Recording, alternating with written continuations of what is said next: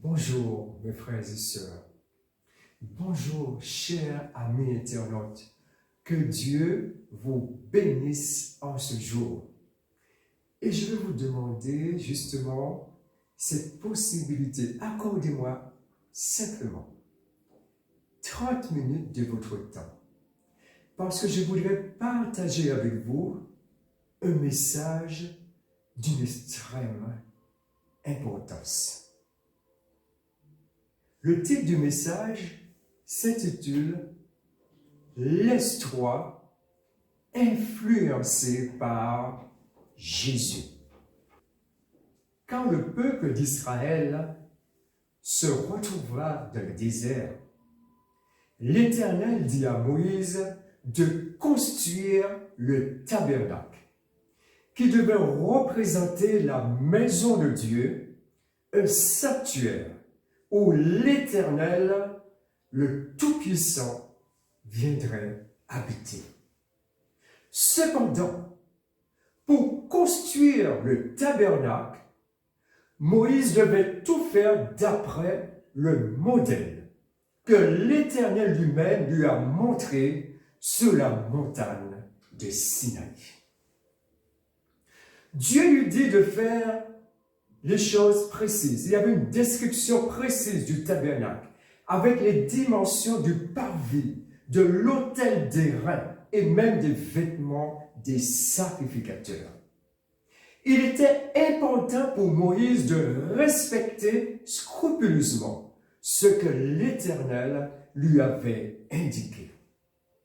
Alors Moïse obéissant et les enfants d'Israël obéissant firent tout d'après ce que l'Éternel avait ordonné à Moïse. Mais laissez-moi vous dire, quand il y a l'obéissance, quand Moïse s'est conformé, eh bien, il dit que lorsque le tabernacle est terminé, eh bien, la nuée est descendue. La gloire de Dieu est descendue sur le tabernacle. Il y a une réponse lorsque nous voulons obéir à Dieu. D'une certaine manière, chaque homme, chaque femme dans ce monde est aussi un bâtisseur. Deux fondations s'offrent à chacun dans ce monde.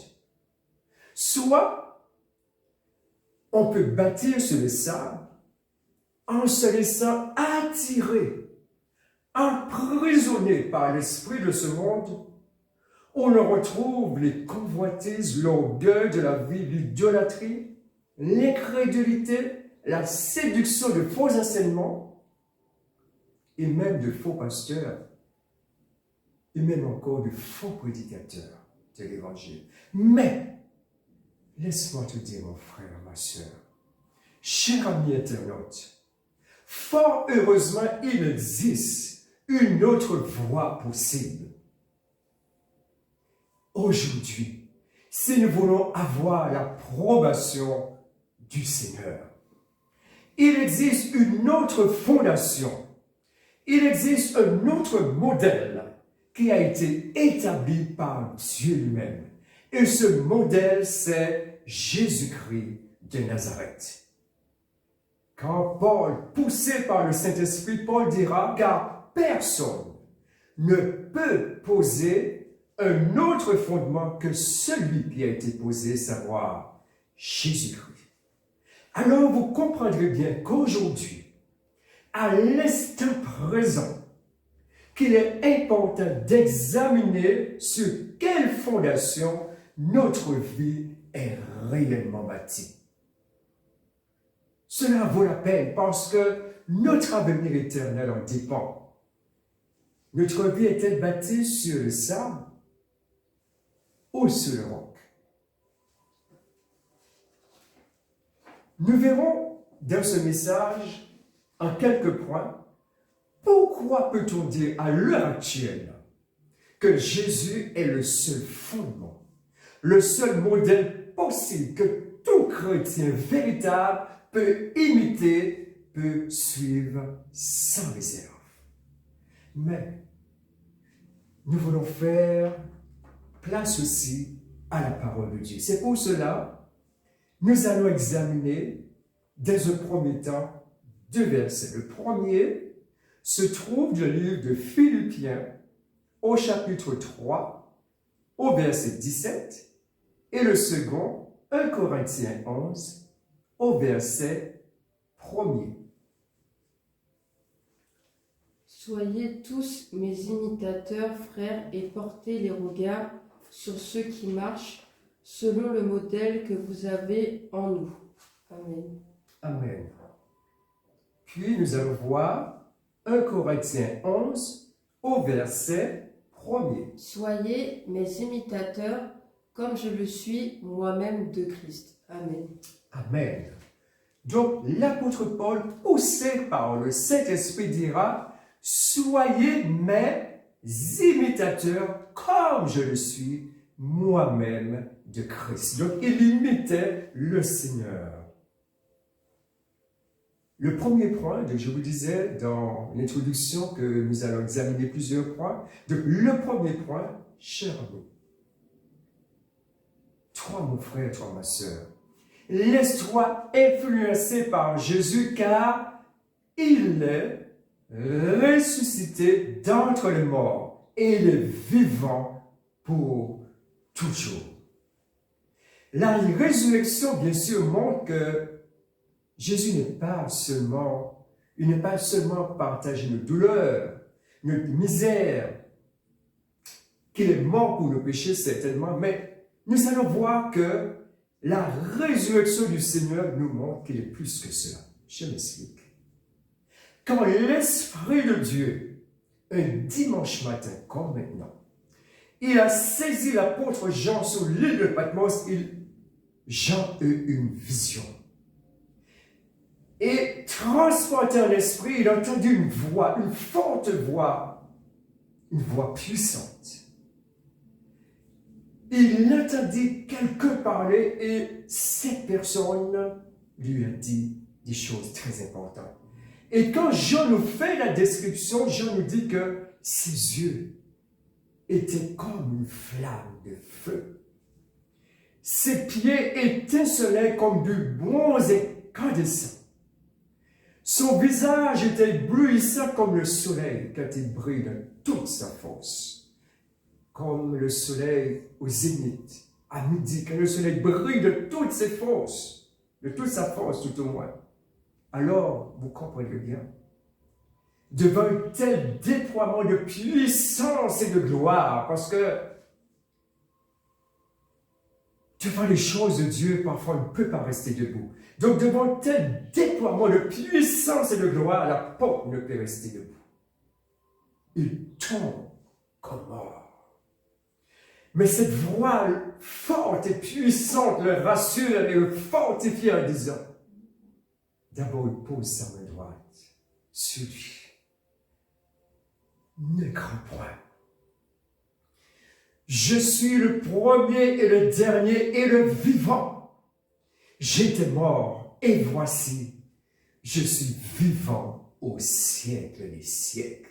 Je tiens les clés de la mort et du séjour des morts.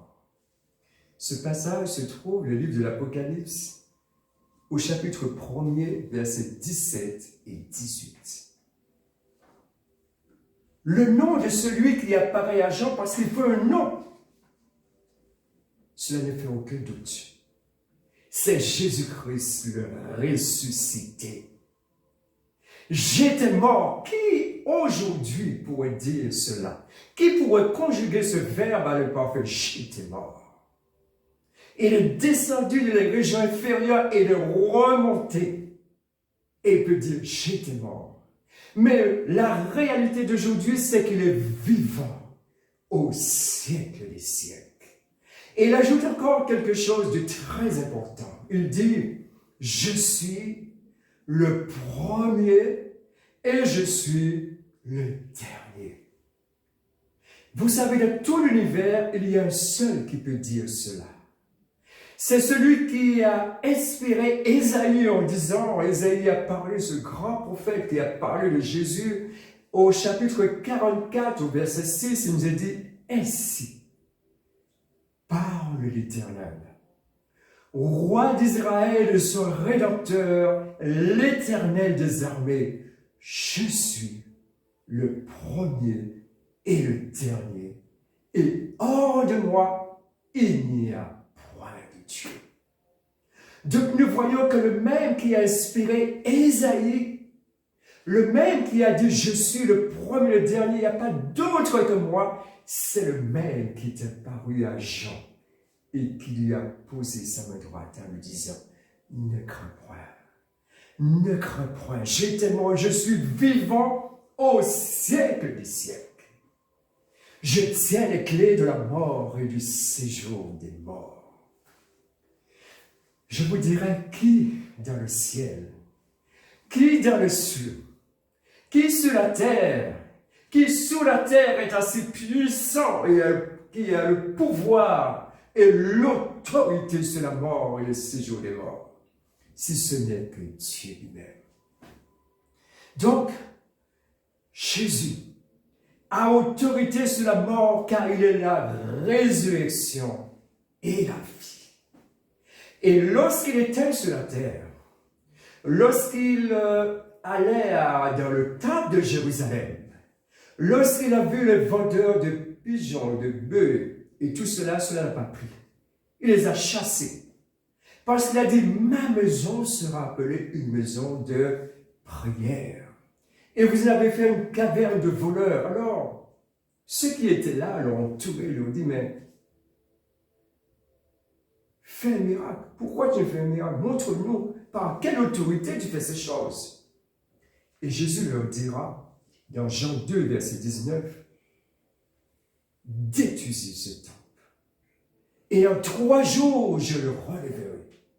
Alors ils ont entendu, mais ils n'ont pas compris parce qu'ils pensaient que c'était ce magnifique temple il a fallu 46 ans pour la construire. Non, Jésus parlait du temple de son corps. Jésus leur annonçait déjà qu'il allait mourir, mais le plus important, c'est que 3 jours après, Jésus est ressuscité d'entre les morts. Et après sa résurrection, il est resté environ 40 jours avec ses disciples. Il a mangé avec eux, il a bu avec eux, mais il leur a ordonné de rester à Jérusalem et d'attendre la puissance du Saint-Esprit.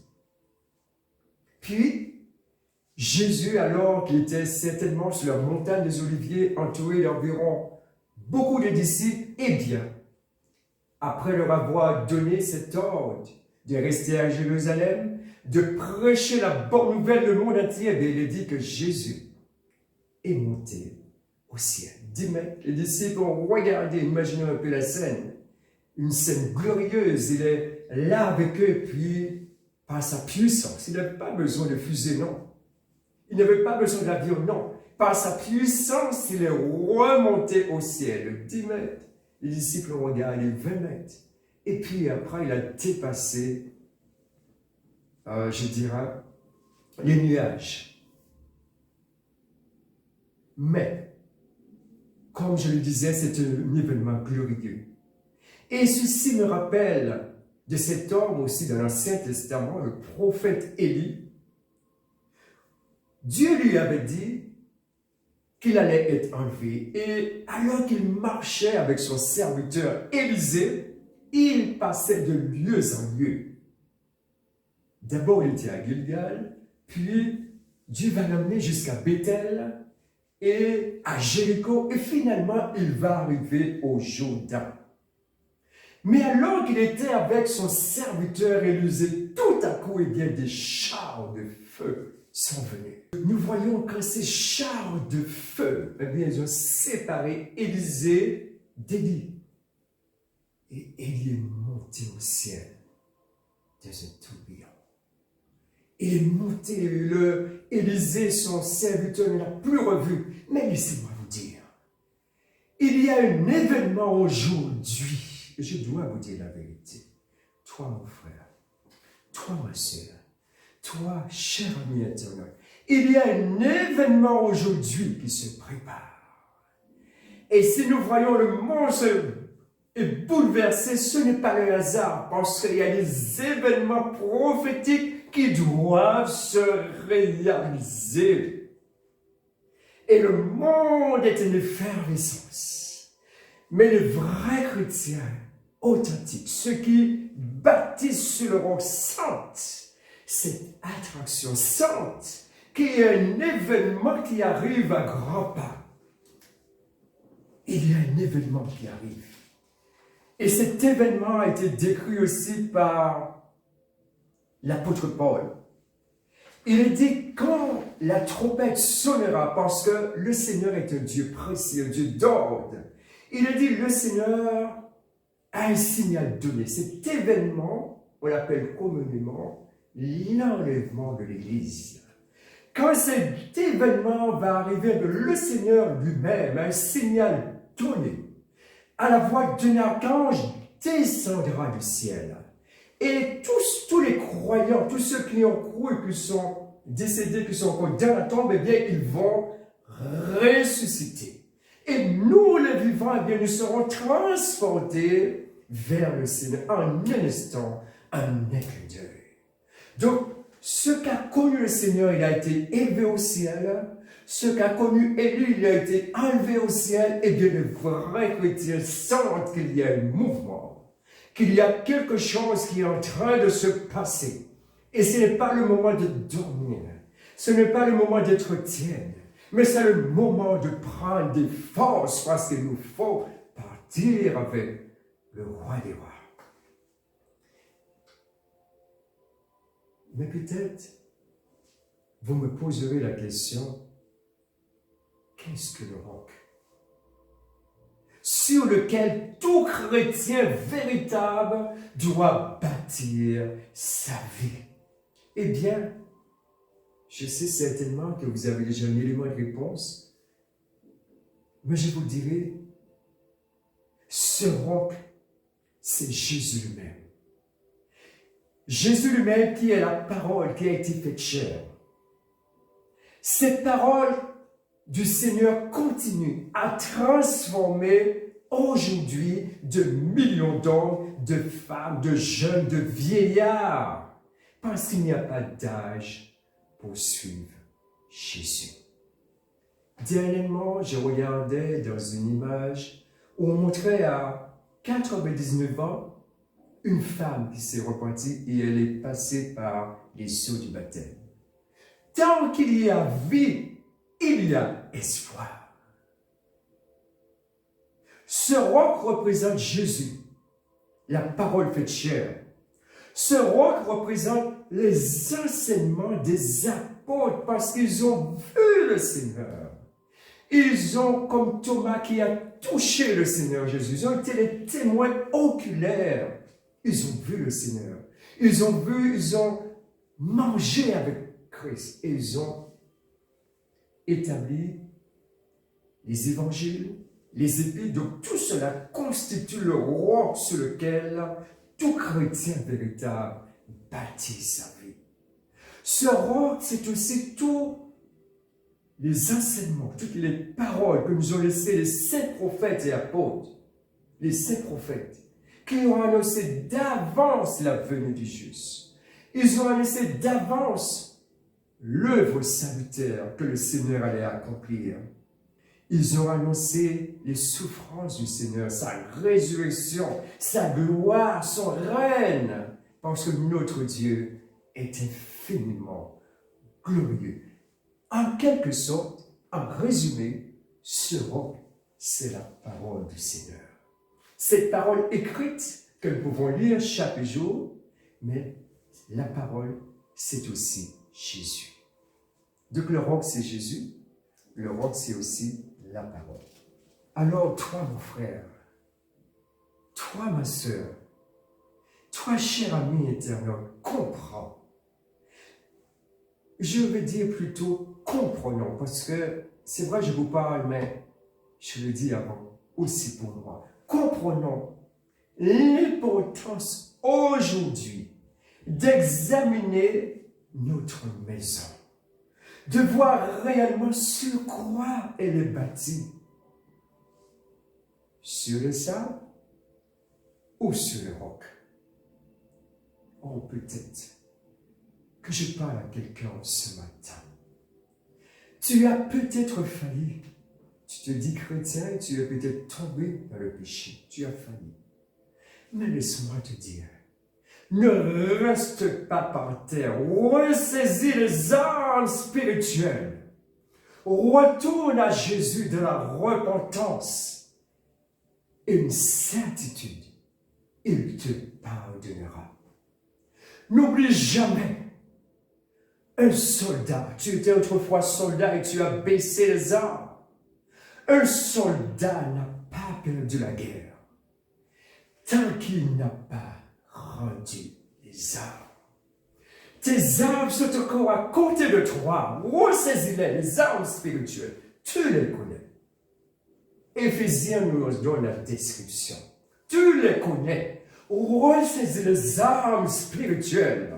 Et remets-toi en selle. Remets-toi debout parce que il faut que Jésus, lorsqu'il reviendra et son retour est imminent, qu'il nous trouve bruyants.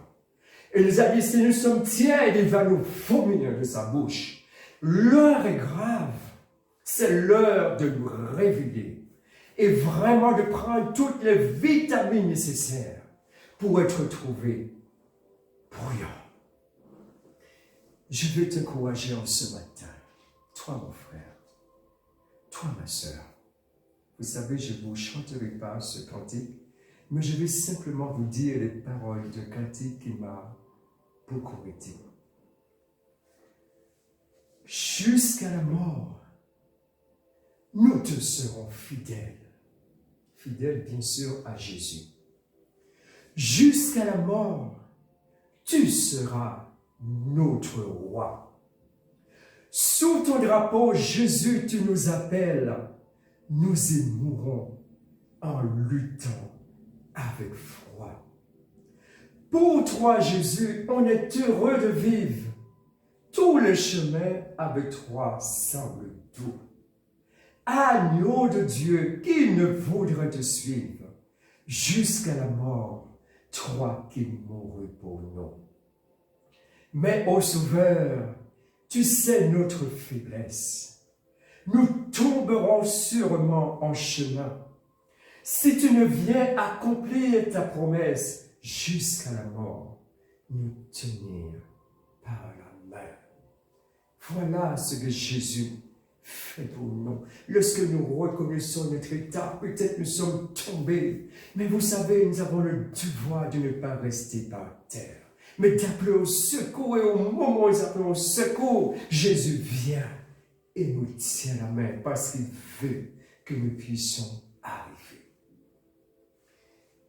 Le deuxième point que je vais voir avec vous, toi mon frère, toi ma soeur, laisse-toi influencer par Jésus, imite-le car Jésus est amour.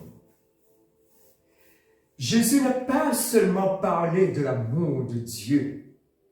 Jésus n'a pas seulement parlé de l'amour du prochain, mais sa vie entière lorsqu'il était sur la terre, ses paroles, ses actes ont été une démonstration de son amour infini pour tous les hommes, tels qu'ils soient. Il était ému de compassion pour les foules qui le suivaient. Et ceux que la société avait rejetés comme les lépreux, ils étaient à part. On ne pouvait même pas les toucher, même pas peut-être les regarder. Ils étaient vraiment à part de Jésus, les touchaient. Jésus les guérissait. Il était ému de compassion pour tous ceux qui l'entouraient. Et lorsque le Sanhédrin, ce tribunal juif, eh bien, ils avaient condamné une femme qui a été surprise en flagrant délit d'adultère en disant, mais maître, Moïse, la loi, nous a ordonné de lapider de telle femme sans pitié. Il se voyait déjà avec des grosses pierres en train de jeter sur elle. Jésus s'est baissé par terre et l'écrivain. Il s'est redressé et leur a dit que celui de vous qui est sans péché jette la première pierre contre elle. Et tous se sont vus, mais finalement, nous avons failli aussi face à la loi. Et tous se sont retirés. Et Jésus lui a dit à cette femme, va, je ne te condamne pas, mais va et ne pêche plus. Prends une nouvelle résolution. Ne passe pas par le même chemin que tu es passé, mais change de conduite. C'est cela la repentance, vous savez. Quel que soit ce qu'on a commis, mais Jésus dit, tant que l'on est vivant, parce qu'une fois qu'on est mort, c'est terminé. Mais tant qu'on est vivant, il y a cette possibilité de venir à Jésus tel que nous sommes. Et il nous accueille comme la parabole où il nous est dit, le fils prodigue. Le père, il l'attendait chaque jour, il regardait. Serait-ce ce jour que mon fils ou ma fille reviendra? Eh bien, c'est avec ce même amour que Jésus veut accueillir celui qui se repent de ses péchés. Donc, toi, mon frère, toi, ma sœur, laisse-toi influencer par Jésus car il est amour. Aujourd'hui, à l'instant que je vous parle, la bonne nouvelle, c'est que Jésus n'a pas changé. Il est le même hier, aujourd'hui et éternellement. La plus grande démonstration de l'amour de Jésus a été à la croix du Calvaire. Oh mon frère, oh ma soeur, si tu as besoin, peut-être tu te dis tu n'es pas aimé, tu n'es pas désiré, mais il y a un qui t'aime. Il y a un qui t'aime, et c'est Jésus. Et si tu veux une preuve de cet amour, eh bien, considère encore l'œuvre de la croix. Relis les évangiles, tu verras toutes ces souffrances qu'il a endurées. Considère l'œuvre de la croix. Si tu as besoin d'une preuve de la sainteté de Dieu, eh bien, regarde Jésus quand il subissait toute notre, eh bien, sur la croix, il s'est fait pécher pour nous, il subissait de plein fouet toute la justice de Dieu, le jugement de Dieu. Et c'était tellement terrible que même la nature même, je dirais, s'est révoltée. Le soleil même, eh bien, pendant 3 heures, de midi à 3 heures de l'après-midi, le soleil a caché sa face. C'était terrible.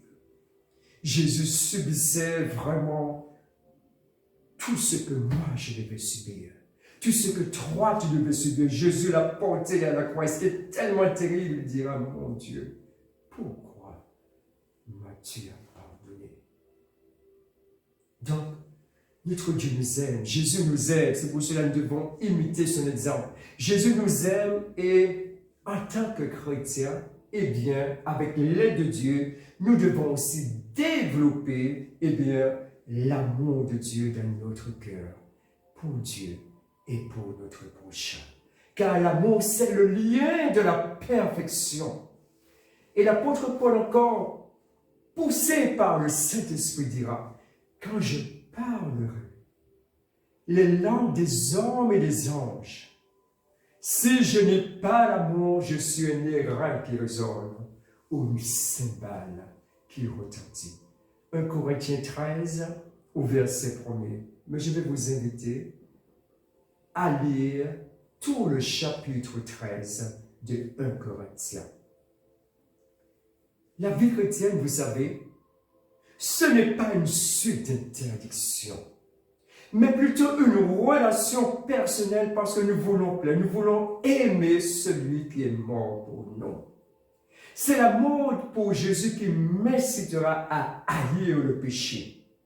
Et je dois vous dire quelque chose. L'amour pour Jésus doit dépasser même les traditions. Je m'explique. Prenons l'exemple du carnaval. On dit c'est la tradition et tout cela, mais permettez-moi de vous dire les dangers. Participer au carnaval, courir le vide, c'est se prosterner volontairement ou involontairement devant les démons de la luxure et de la débauche. Et cela ressemble de beaucoup à ce qui s'est passé il y a des milliers d'années, quand le peuple d'Israël, dans le désert, eh bien, lorsque ils cheminaient vers Canaan, à un moment donné, Moïse a été à la montagne, et le peuple s'est fabriqué un veau d'or. Ils se sont prosternés devant eux, et ils se sont livrés à la débauche et à la luxure, ce qui a déplu à l'Éternel. Et l'Ecclésiaste nous dira, au chapitre 1er, au verset 9, ce qui a été, c'est ce qui sera. Ce qui s'est fait, c'est ce qui se fera. Il n'y a rien de nouveau sous le soleil. Les mêmes démons de luxure que servait le peuple d'Israël dans le désert, lorsqu'ils ont fabriqué le veau d'or, c'est ces mêmes démons qui se retrouvent dans le carnaval. Allons-nous nous prosterner devant eux ou servir plutôt celui qui a fait les cieux et la terre? Vous voyez, il y a encore effectivement beaucoup de points importants que j'aimerais encore examiner avec vous, mais aujourd'hui,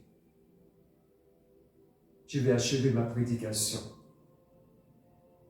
en vous disant oui, avec certitude, d'après les Saintes Écritures, d'après la parole de Dieu, et vous pouvez examiner aujourd'hui, je peux dire avec certitude que Jésus est le seul fondement, le seul modèle possible que tout chrétien véritable doit imiter, sans danger. Parce que sans danger, on peut bâtir notre vie sur lui et imiter Jésus, imiter son exemple, obéir à sa parole, c'est avoir l'ADN de Dieu, qui est l'amour, la joie, la paix, la bonté, la patience. Cela va remplir notre être et va nous aider dans tous les domaines de notre vie. Et surtout, jour après jour, nous allons bâtir sur le véritable fondement. Nous n'allons pas travailler en vain, mais nous allons bâtir sur la fondation, sur le roi, et notre maison, notre vie spirituelle sera agréable à Dieu. Parce qu'avant tout, on ne doit pas faire plaisir à un homme ou une femme, mais faire tout pour avoir l'agrément, la faveur de Dieu. Alors, je vous ai apporté quelques pistes de réflexion. Prochainement, par la grâce de Dieu, eh bien, je vais encore continuer le message pour vous dire que Jésus, cela vaut la peine. Cela vaut la peine de se laisser influencer, attirer par lui, mettre en pratique ses paroles, mettre en pratique, regarder à lui. Et ainsi, nous allons réellement bâtir sur du solide, mais pas sur le sable. Tout pour Jésus, rien pour le sable. Que Dieu vous bénisse.